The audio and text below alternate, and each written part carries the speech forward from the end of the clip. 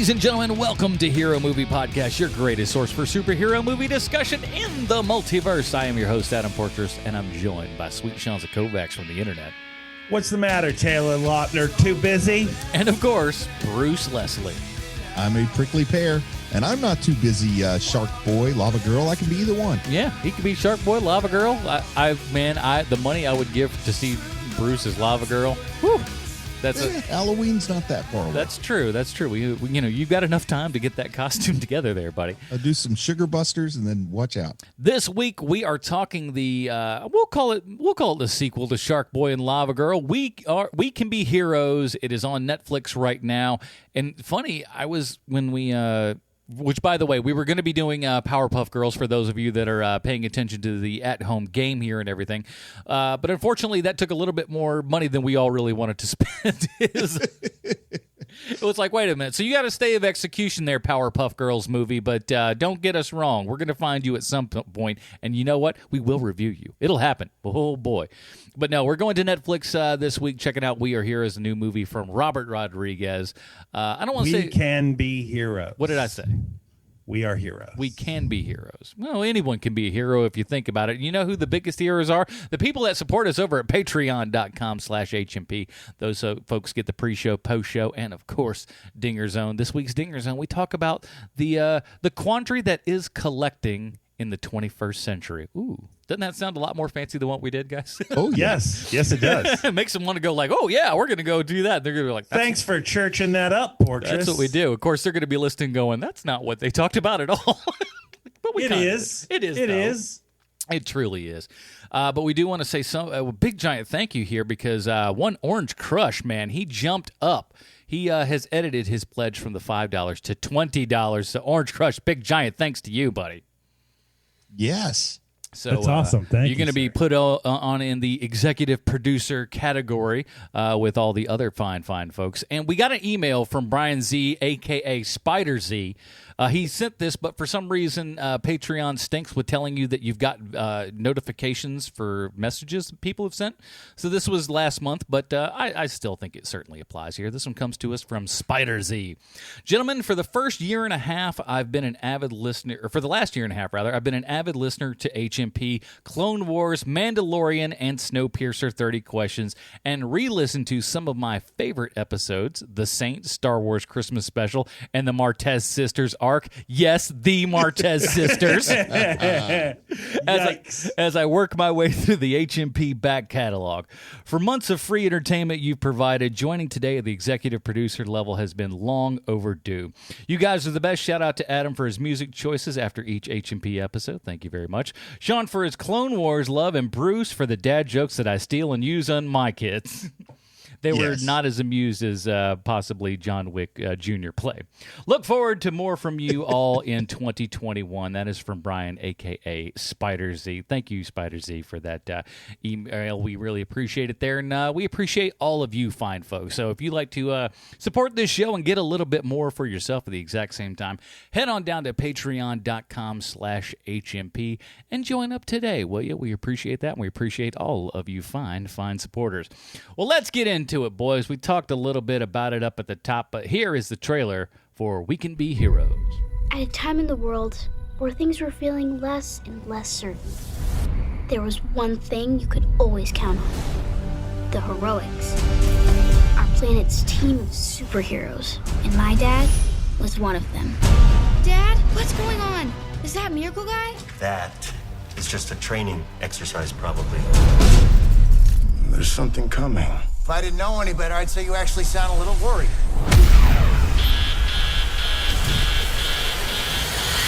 This was the day our heroes fell. Missy Moreno, Yes? you'll need to come with us. Welcome to Heroics headquarters. You will be staying in our underground stronghold. As the children of superheroes, you are all in danger. How are you making that? My mommy is Lava Girl, but my daddy is Shark Boy. That's really cool. Ladies and gentlemen, this is unbelievable. Our heroes have been captured by alien intruders. The heroics have fallen. We need to leave this room. The aliens will be coming for us next. We're gonna need your access cards, like now. Nothing's getting in, and no one's getting out either. What are these for? To protect your butts when you hit the ground. She's got shark strength! If we want to rescue our parents and save the planet, we're gonna need to do it now. But we're children. The children of the heroics. Time to be a hero. I'm in. Let's do this. How do we defeat the aliens who defeated all of the heroics? We have a secret weapon. Teamwork. Ready for battle, blood and pearls. It's a good day to save the world. Alone, our powers are special. Together, hold my leg. We're unstoppable.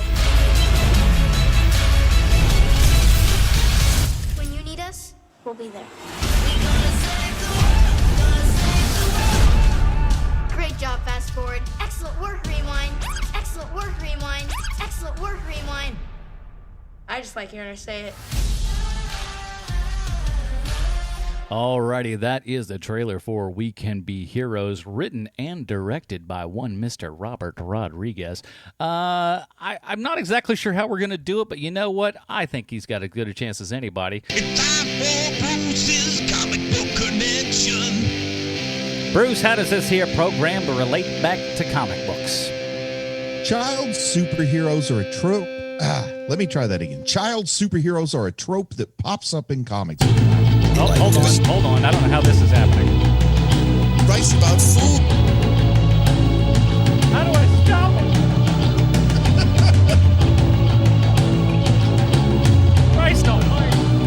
Your Patreon dollars at work, folks. Your Patreon dollars at work. Do you guys like The Cure? Because I do. Jesus. I'm just going to start fresh on this one. Please Child superheroes are a trope that pops up in comics from time to time.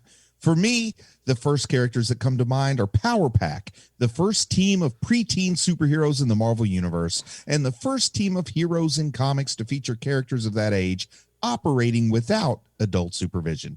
They did have some guidance from a horse-faced alien, but no, it wasn't Beta Ray Bill.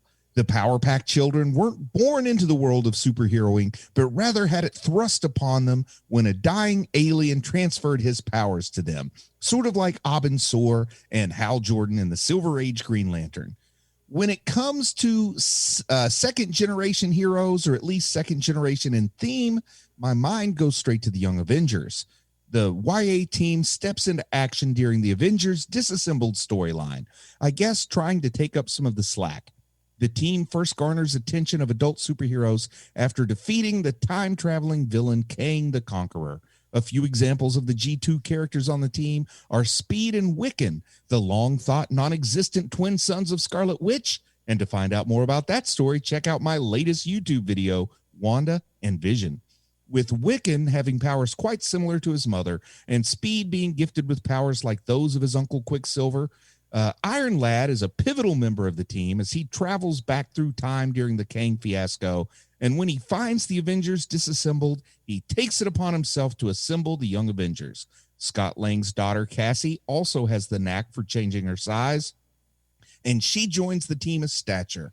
Though not his biological offspring, Kate Bishop is Clint Barton's philosophical heir and joins the team as Hawkeye. Hulkling is a Kree-Skrull hybrid, and though not related to the Hulk, he carries the name for a new generation. I think Kid Loki is just Loki deciding to be a kid for some reason, and Marvel Boy kind of has the same origin as Marvel, except he's a boy instead of a captain. And that brings us to Miss America, a.k.a. America Chavez, the young Latino woman who leads the team. The Young Avengers are older than the We Can Be Heroes gang, but they do seem to have lain the template Rodriguez followed. But regardless of that fact, neither team is as cool as Power Pack. It's tough to be, better than Power Pack, if we're completely honest. I think that was from Marty Merrick. Yes. So here's the IMDb plotline. As we know, IMDb always 100% correct in everything they say and or do. When alien invaders kidnap Earth's heroes, their children must team up and learn to work together if they want to save their parents and the world. As I said, this is written and directed by one Robert Rodriguez. Is it anywhere close to as good as his Mandalorian episode? It's close. It's close. Now, had either of you, I think you might have, Sean, seen the Shark Boy and Lava Girl movie years and years ago, I guess, at this point? Yes. So, you have seen it? Yeah. For me, this was, unfortunately, one of my daughter's favorite movies. And so, unfortunately, I had to watch it a lot. I hate it. The Shark Boy and Lava Girl and all three of the Spy Kids movies, those first three Spy Kids movies, they were on all the time at our house when the girls were little. And I have hated Shark Boy and Lava Girl all this time. And for them to come back and kind of build up the universe a bit. And I want to talk about that for a second, but I'll finish this thought first, which is that Shark Boy and Lava Girl is everything that you think Spy Kids is in the bad way. What I want to talk about for a second is the clear buildup that is happening to this universe. It is being done on purpose, and it's being done in a disingenuous way where, we're going to make our own superhero universe out of these two characters that we have. And we're going to make more because they're going to make more of these movies. They absolutely are. Robert Rodriguez makes movies for $1.50. He can make these forever. Hey, I'm going to say it shows. Yes. Well, the thing is too is that even being made for those $1.50, it is like, because when I first looked for this, I went into just Netflix proper, and I was just like, because I wanted to kind of think about their algorithm and everything, because they display stuff to you in a specific way. Everybody's stuff's going to be a little bit different, right? So I'm flipping through, and I'm like, man, this is not good for something that I heard was like viewed a whole bunch. I cannot find it here. And then something in my head goes, go to the Netflix Kids. I do, and boom, first thing on the page. It's raring and ready to go. Yeah. So it is doing well. Like, yes. For whatever it is that they're doing, Robert Rodriguez knows how to deliver on a short budget and give you exactly what you asked for. And whether or not we're the audience for this, that's a different thing. But the audience that this is built for seems to like it. Well, for sure. And I have a soft spot for movies for small children. So like I give a lot of things a pass. Look at our Mr. Boogedy review. But when it comes, there's something very genuine and just wonderful about Mr. Boogedy, whereas this is not. There's nothing honest about this movie to me.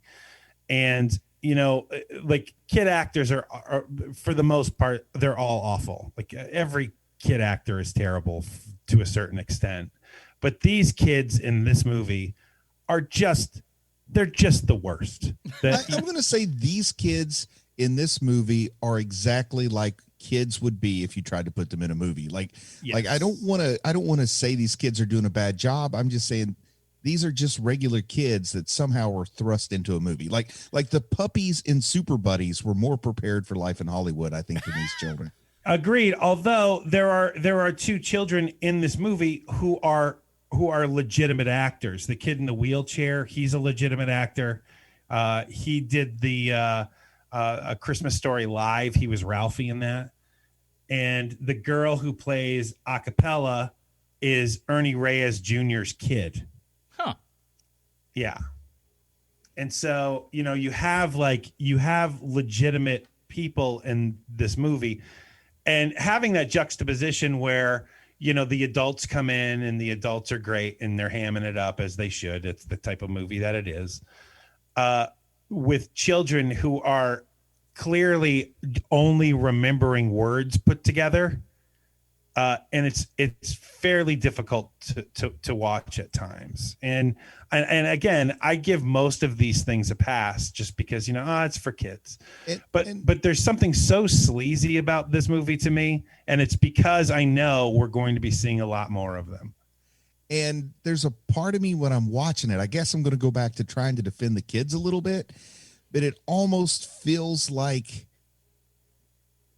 Robert Rodriguez was in a hurry to get this made. Maybe it just kind of feels like this was a dress rehearsal, a lot of their line delivery, and that they probably could have gotten better if they'd worked with the kids and spent a little more time on their scenes. I kind of feel like that's part of it too. Yeah, I mean, I had the exact same thought, but for me, as it kind of went on and everything, maybe it's me just trying to justify things in my own head. I'm not saying that that's not a possibility, because it could be. But when I was watching it, I had that exact same thought of like, I know that, he's a better director than to get these specific performances out of these kids. I think he can certainly do better than that. But at the same time, too, my thought was, but does it need to be better for the audience that this is for? Like I said, this is on Netflix Kids, so I don't think anyone under the age of 10 is probably meant to be watching this.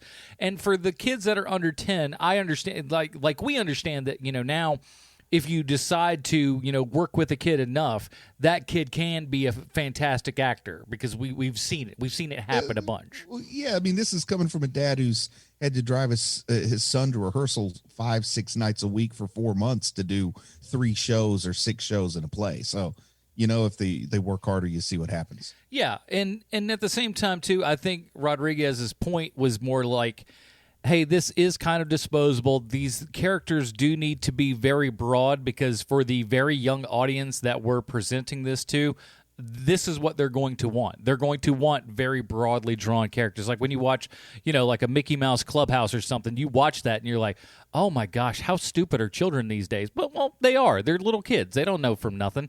And that's the kind of way that they learn and the way that they take things in. Could it be better? For sure.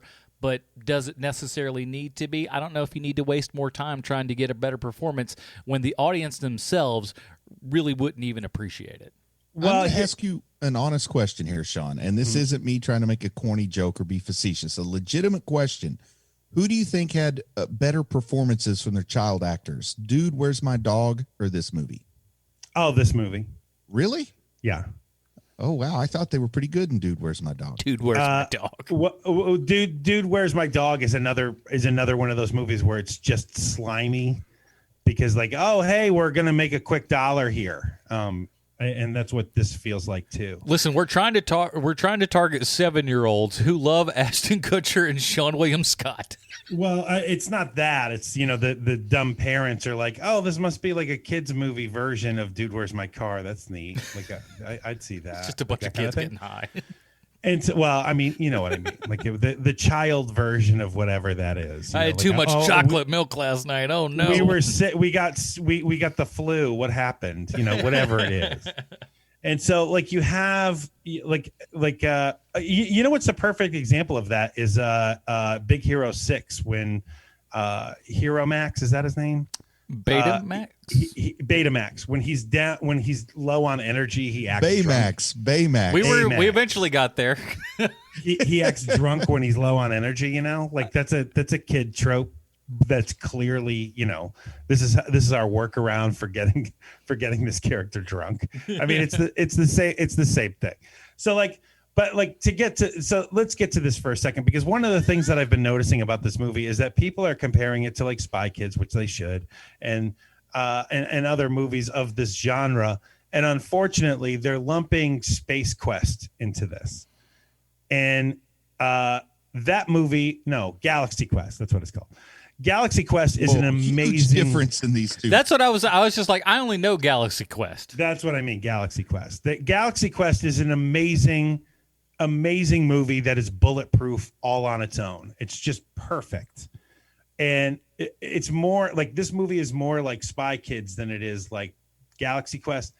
But Spy Kids is a better movie. The kids in that movie are better actors. There's less like well, we're going to do it because we're going to get together like that stuff. Our secret weapon is friendship, Yeah. Like there's not a whole lot of that in the first one. There in the later ones it gets like that, but the first one isn't really like that. And this movie, it's basically aliens lying to the children of superheroes so that they become superheroes themselves on their own. Like that's basically the premise to this movie. And I absolutely hated that reveal at the end too. That's basically just saying we let you win. Yes. In a way. Yes. That totally undercut everything. I thought that was the biggest stinker in this whole thing. I really, as much as I didn't necessarily enjoy the trip I was on, I at least wanted it to be a real trip and not just a treadmill, which is what it was. Right. And there's there's certain aspects to this thing that like I can totally see kids taking away with them, and like, being on the playground and pretending, well, when kids could go on a playground and pretend that like the kid who's in slow motion, like they'll do that, or like the little girl who is being guppy, like I've got shark, like my shark berserker rage kind of a thing.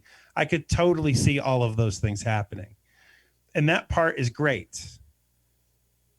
The thing that annoys me the most about this movie is that it is clearly done for reasons of we are just trying to make a bunch of bank. Yeah. Well, at the same time too, just to kind of play devil's advocate here, and this is what also kind of makes me scratch my head about all the other kind of major things that are coming to streaming platforms and whatnot.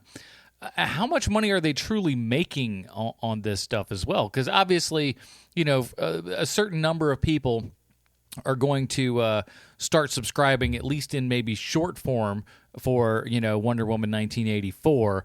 But is that really going to put a dent in that gargantuan size budget? You can't compare this to Wonder Woman 1984. I mean, Wonder Woman 1984 was made to be a theatrical release and a tentpole and a blockbuster. Right. So this one should be even simpler. That's why I think this one is probably like Rodriguez gets a meeting with Netflix, pitches a movie. They say, we'll buy it from you for X number of dollars. Whatever he can make it for under that X number is his profit margin. So, it's a little more straightforward supply and demand kind of thing. On the backside, I still never quite understand how streaming platforms figure out whether or not something was a good investment. Like that still kind of puzzles me, because I don't know that when you've got as many new things coming out a month, how do you know which one drove up the subscriptions? And you can say they have the watch data, but just because you've got the subscription and you're looking for something to watch and that's what you watch doesn't mean that made you any money.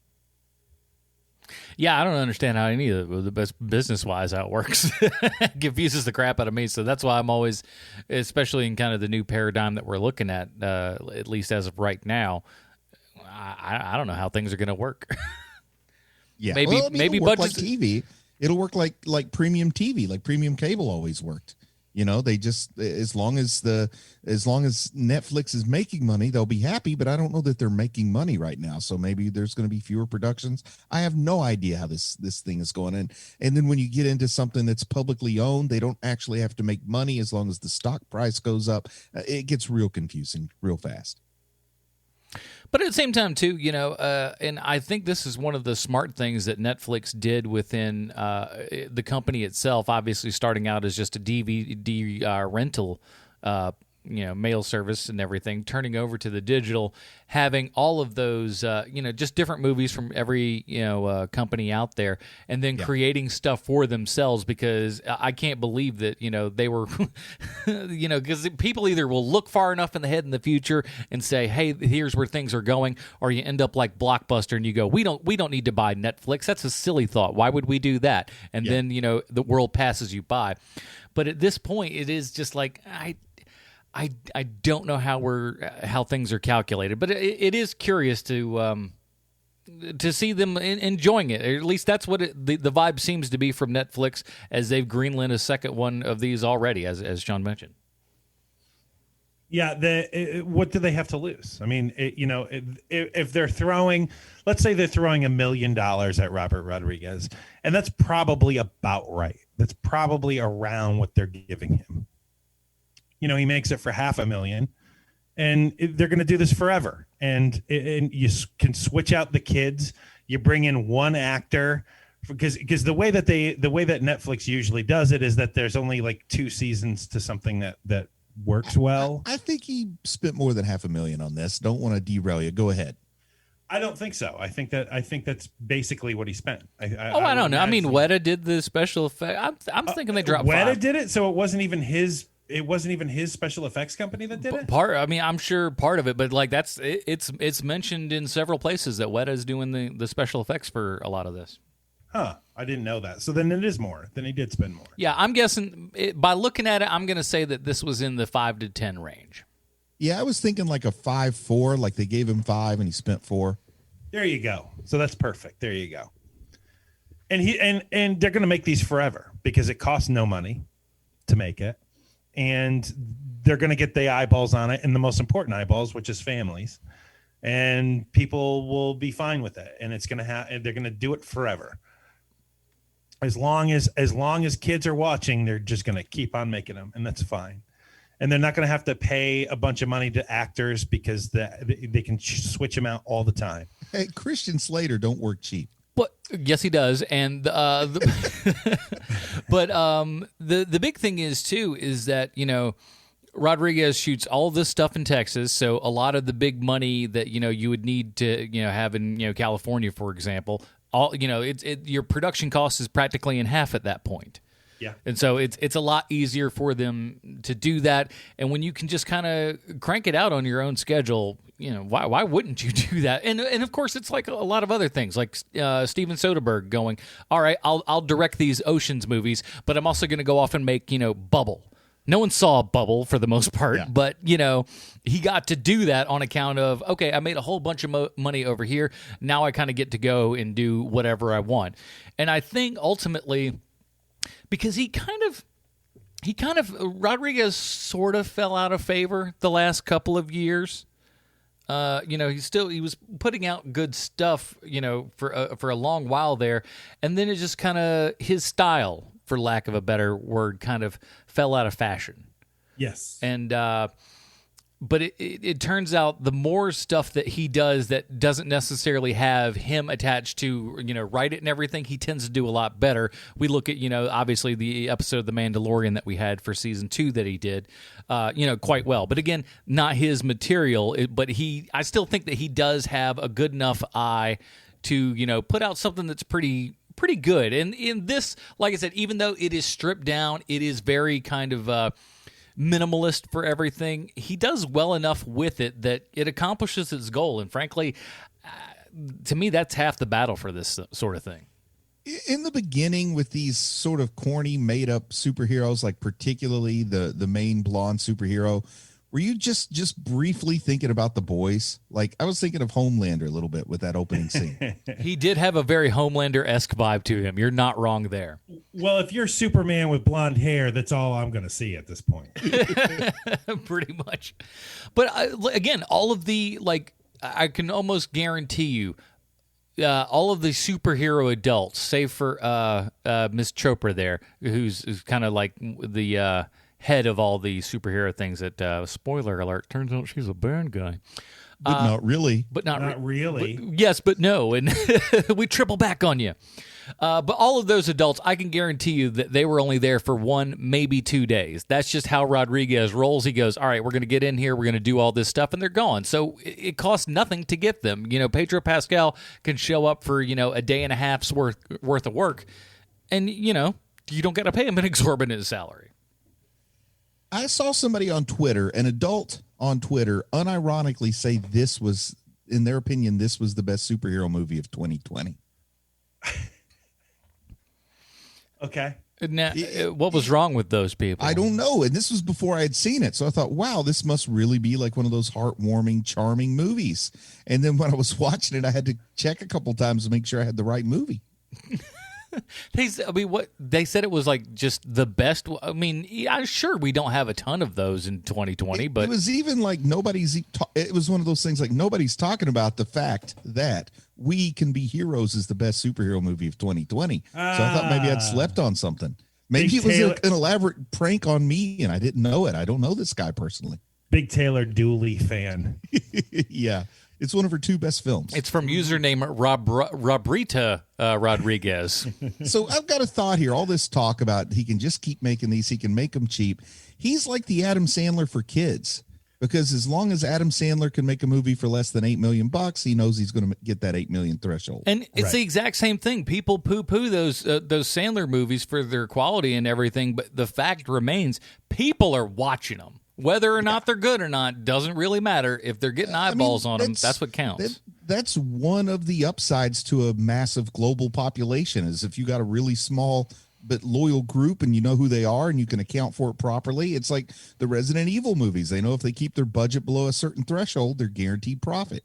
And that would be kind of a nice feeling in life, I guess, even if you were making stuff that most folks didn't like. Well, that's certainly, the Blumhouse method and everything. All movies are under $9 million, and they all make, even a crap one makes $20 million.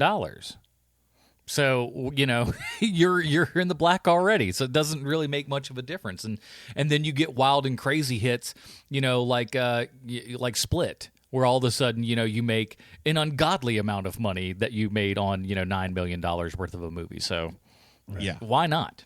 Or The Invisible Man would have been that if theaters hadn't gotten shut down. Yeah, but even then, it made plenty of money on video once it went VOD and stuff. Yeah, and that's true. But and again, better than it has any right to be, that movie.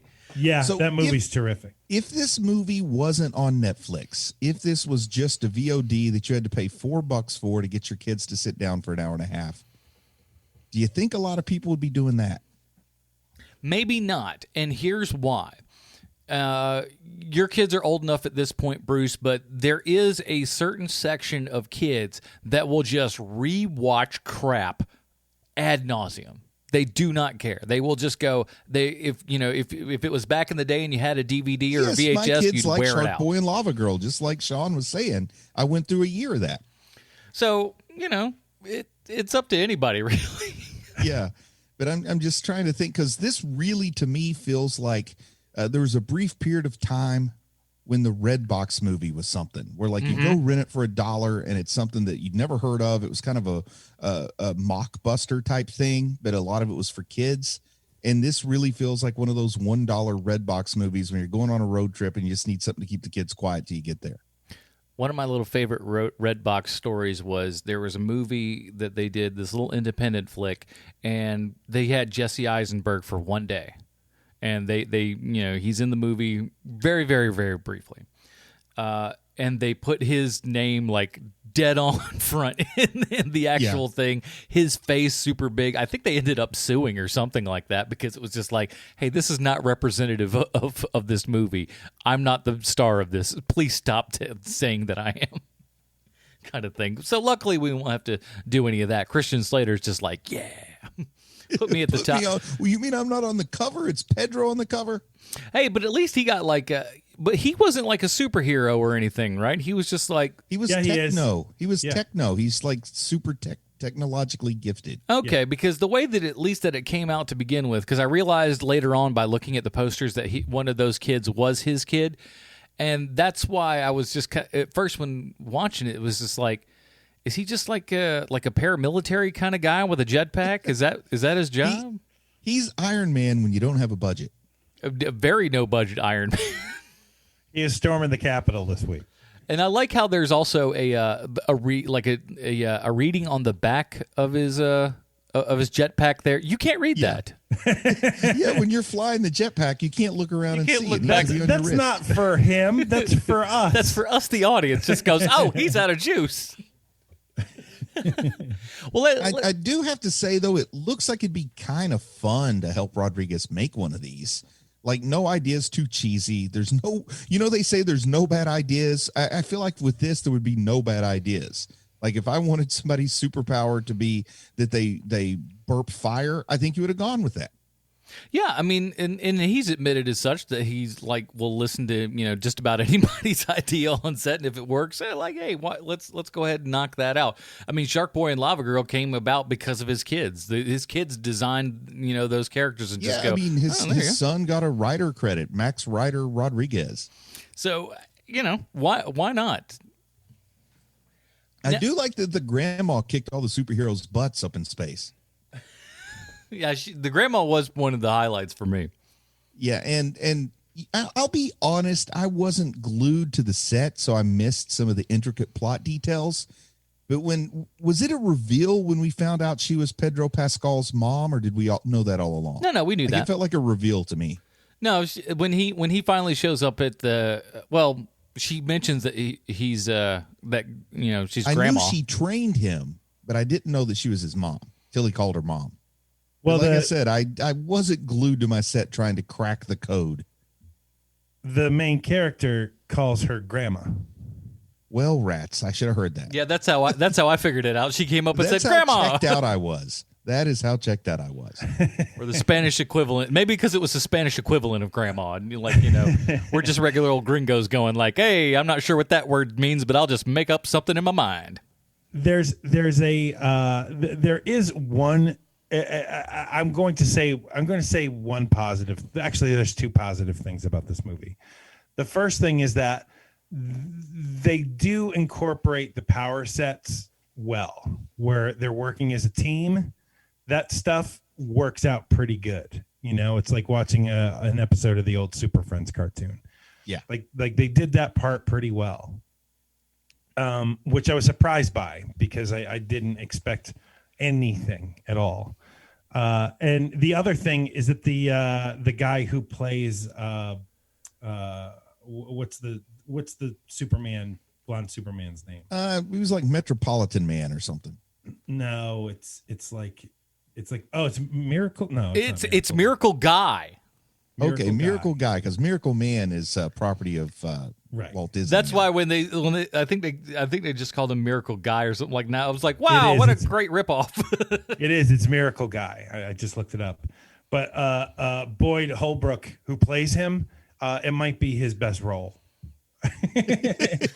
Wow. Well, because I didn't love him in Wolverine or in Logan. Yeah. I know you're not supposed to like him, but I didn't find the character much of anything at all. And what are you going to go with? Are you going to go with his role in The Predator? That Predator movie sucked. I think that little girl from Logan, though, would have been a step up in child actor if they gotten her here. Oh, my Lord. They wouldn't know what to do with her because she's amazing. Okay, now I do want to talk about amazing, though, because maybe not in the best of the acting department and everything, but in the adorable department, Guppy's got it all the way for me. I figure, and how is this not right up Bruce Leslie Avenue? It's not visceral enough. I mean, come on, you can't tell me Guppy and Hit Girl should be in the same sentence. So the problem was lack of bloodletting. Yeah. Well, if they had, let's say you give this to Matthew Vaughn, I bet Guppy's a cool character. But I do want to say that I was pretty impressed with Guppy's fight choreography at times.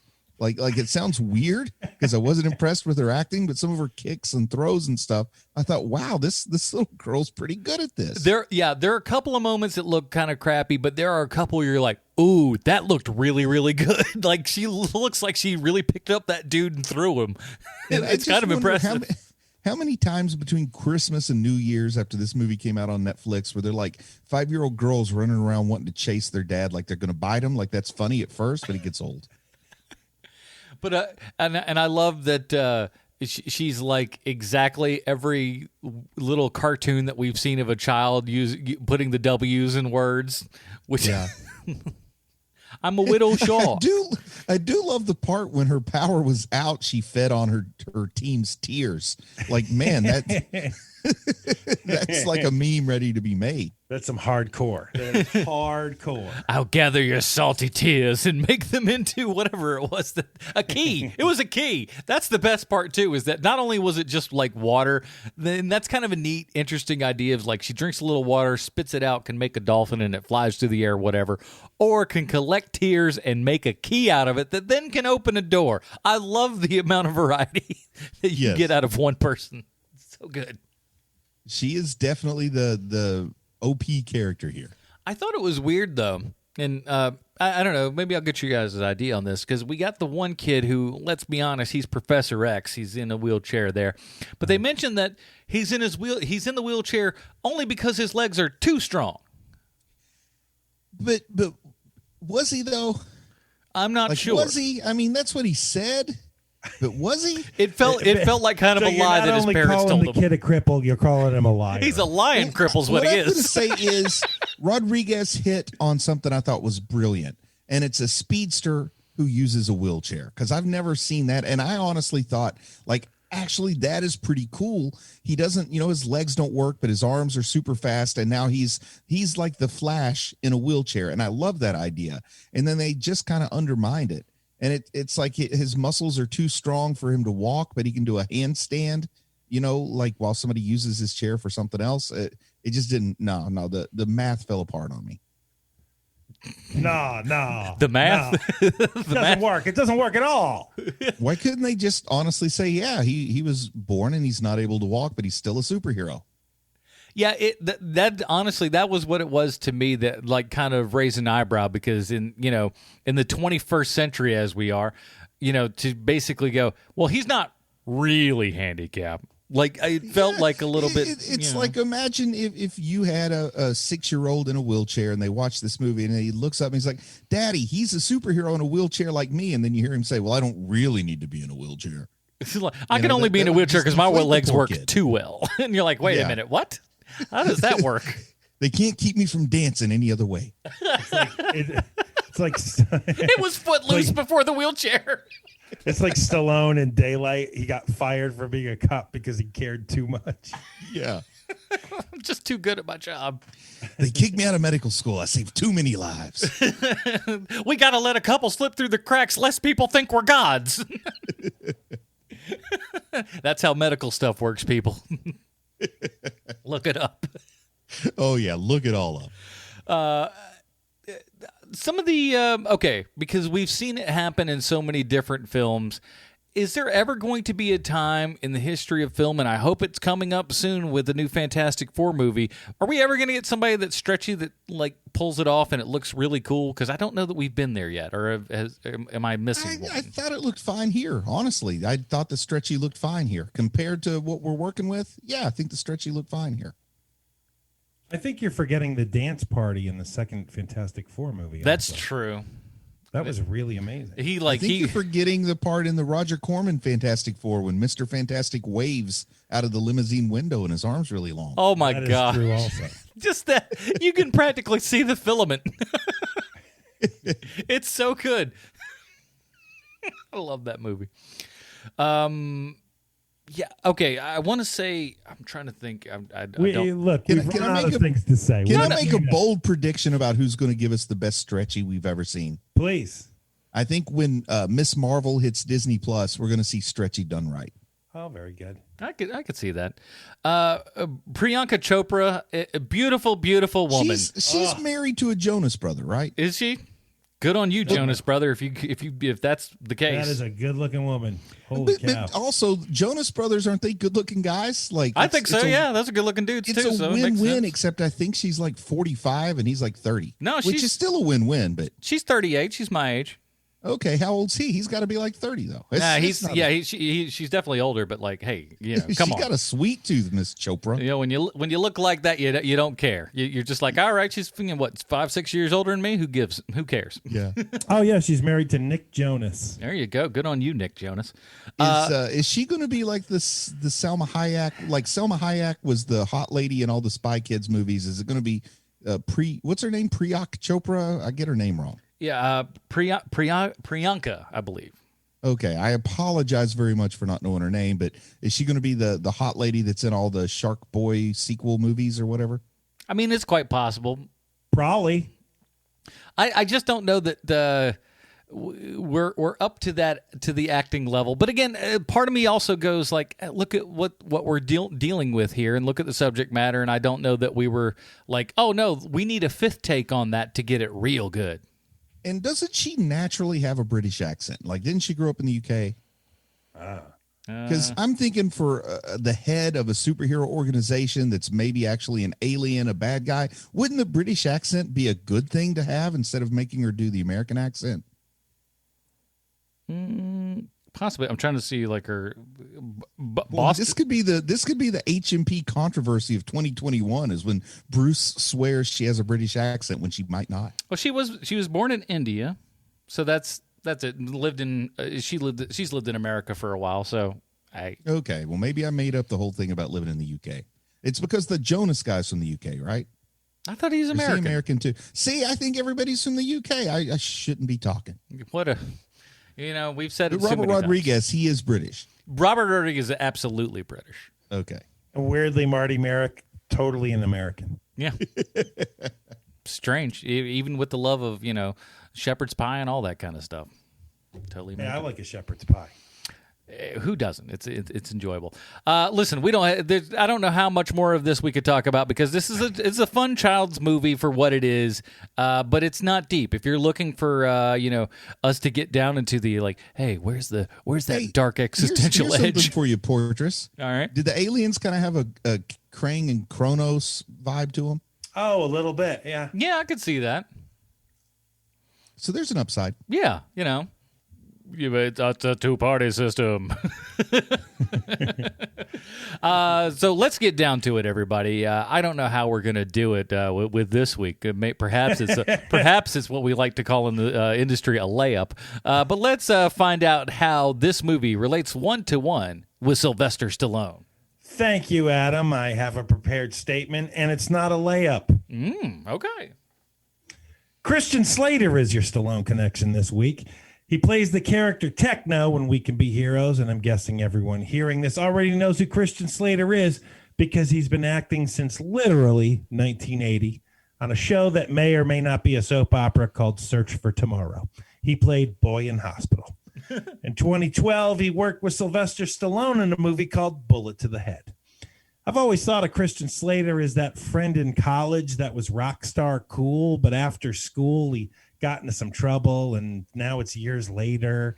And whenever you see him, you think to yourself, man, I really should call his ex-wife to get her side of the story. But if you're anything like me, you remember Christian Slater being in trouble, but you don't remember what that trouble was exactly. So here's the lowdown. In 1989, arrested for drunk driving, sentenced to 10 days in jail. 1994, arrested when he tried to board a commercial plane with a gun in his luggage. Wow. So far, not so bad. He made some mistakes. People do stupid stuff all the time. He was sentenced to 3 days of community service, and if he had tried to take a gun with him onto a plane after 9/11, he'd still be in prison today. But then it's 1997, and there's really no excuse at this point. He's convicted of punching his girlfriend, actress Michelle Jonas, no relation, and assaulting a police officer while under the influence of heroin, cocaine, and alcohol. That's a deadly combination. Or as it's more popularly known as, the John Belushi special. He was treated for more than 100 days in a rehabilitation facility while on bail, and then was sentenced to a 3-month term in jail, followed by 3 months in a residential rehab center. He was released from prison after 59 days on the basis of good behavior. And after that, finally, it looked like his bad days were behind him. Except for 2005. Slater was arrested in Manhattan for groping a woman on the street. Slater was charged with third-degree sexual abuse. The charges were later dropped from lack of evidence and on the condition that Slater keep out of trouble for 6 months. But seriously, who pulls out of absolutely nowhere, hey, Christian Slater came by and grabbed me in the baby maker? I tried it once. And after that, It looked like his worst days might totally be behind him. And they were. He hasn't been charged with something awful in over a decade, which is nice. He's always good in whatever role he's in. And even after 10 years of being relegated to directed red box movies, he'll show up in a thing from time to time where I find myself saying he's really talented. What a shame. But you can't judge a person on their talents alone. We're three completely incompetent people making terrible content for 7 years. And with the exception of Adam, we're good people. I wish I could like Christian Slater more. He's secretly a giant nerd. He loves Star Wars and superheroes and most of the pop culture that we've been built an entertainment empire around. But I just can't. I can't do it. And there you have it, HMPers and Dingalingers. This week's Stallone Connection is none other than secret nerd Christian Slater. Adam and Bruce, this is the 337th episode of this bit, and still no word from Sylvester Stallone. One of my favorite like little SNL bits of it was like a weekend update. They were talking about how they let Christian Slater out from jail to attend the premiere of his new movie Black Rain. After 15 minutes, Slater asked to be brought back to jail. And if you watch Christian Slater's entire career, this may ruin him for you as an actor. I'm sorry, but it is true. All he's doing is Jack Nicholson. Oh, of course. It's just people have been saying that since Heathers. I mean, that's because that's literally what he's been doing since Heathers is basically doing Jack Nicholson. But he's also been toning it down over the years. Like I would say that the stuff that he's doing in Mr. Robot is not a Jack Nicholson impression. Okay. I think I've been out of the Slater loop for far too long, so maybe it's time we change. You and 99% of the population, don't feel bad. Christian Slater's at home going, that's what I'm saying. So that is it, everybody. Oh, wait, no, we got to review this thing. Let's get down to it. This is our Robin rating system. If you'd like to check that out, head on over to our subreddit. It's linked up there in the show notes. Bruce, where does We Can Be Heroes fall on the Robin rating system for you? Well, I want to start off apologizing to our listeners. Does that give you an idea? Because I recommended this one when we couldn't get Powerpuff Girls, and it's one of the worst kind of movies for us to review because it's bad. Not a lot happens, and I don't think any of us feel comfortable just railing on a movie for kids, starring kids, like just trying to tear it apart. It's no fun to even do that. So there really wasn't much to do here. So I want to apologize to our listeners. And then also, I mean, this movie it's like a big nothing sandwich. So I guess I give it to Jason Todd. Sean, what do you got? Yeah, it's a Jason Todd. It's the wrong kind of bad also. You know, there's no God bless them, they're trying. There's none of that. There's just like, it's not fun. It's not funny either. I mean, it's just there. And there's going to be a lot more of it, unfortunately. So for me, it's a Jason Todd. I'm just it's interesting because I'm just going Tim Drake on not Tim Drake, but Damian Wayne on this because it's just right down the middle. It's exactly what it's supposed to be. In fact, no, I'm going to take that back. I'm going Carrie Kelly because it is good for the audience that it was made for. This is not going to be for everybody. Not everyone is going to jump in with both legs and go like, wow, I had the best time in the world. But the audience that this is made for, according to Netflix, who only just recently started talking about, more or less numbers of people that have started to watch their stuff, apparently the audience that this was made for has been eating it up with a spoon. So I think if you've got a kid, like I said, under the age of 10, there's a good chance they're probably going to like this well enough because it's just enough. It's not too over the top. It's not, it's a PG movie. And that's what it is. I think 10 is the cutoff. My 10-year-old would have nothing to do with this. Yeah. A 9-year-old might. But yeah, I think 9 is about your max on this. And then there's a reason that it's over on the Netflix Kids portion as opposed to the main section. So it was served up to me on my main page for some reason. Really? Wow. I guess it just knows I like the adult content. So let's now next week is going to be a little bit different here on HMP. We're actually going to debut a new podcast in this feed in hopes that you will enjoy that show enough that you'll go out and subscribe to our new show WandaVision 30 Questions. That's right, everybody. It's another 30 Questions format show, and this one's going to be nuts, I think. I don't know what anything is about. I haven't really watched a trailer. I just know the two stars that are in it, it's going to be wild and weird and crazy, and it's going to connect to the new Doctor Strange Multiverse of Madness movie in one way, shape, or form. That's the only thing that I know, and I'm super excited about not knowing anything for this going in. And also, when you submit your first episode to iTunes and such, it can take a little while to get out there. So at least this way, people can get that first episode right away. So check that out if you will. And again, big giant thank you to everyone who helps support this show over at patreon.com/HMP. We really appreciate that. Bruce, where else can we find more of your work on the internet?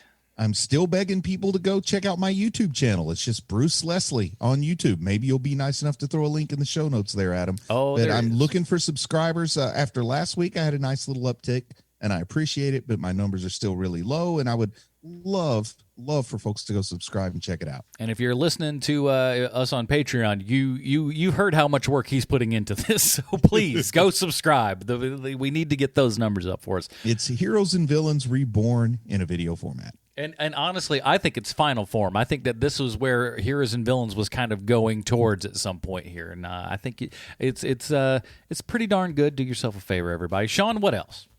We've got a new podcast coming up called WandaVision 30 Questions. Show up for that. I thought you were going to be longer, so I ate a cherry tomato in the middle of it. So I apologize for that. But that is it, everybody. Join us next week when we're talking the first episode of WandaVision 30 Questions. For Sweet Sean's and Kovacs from the internet, Bruce Leslie, I'm Anna Portress. Stay super, everybody. Bye, Marty and Evie.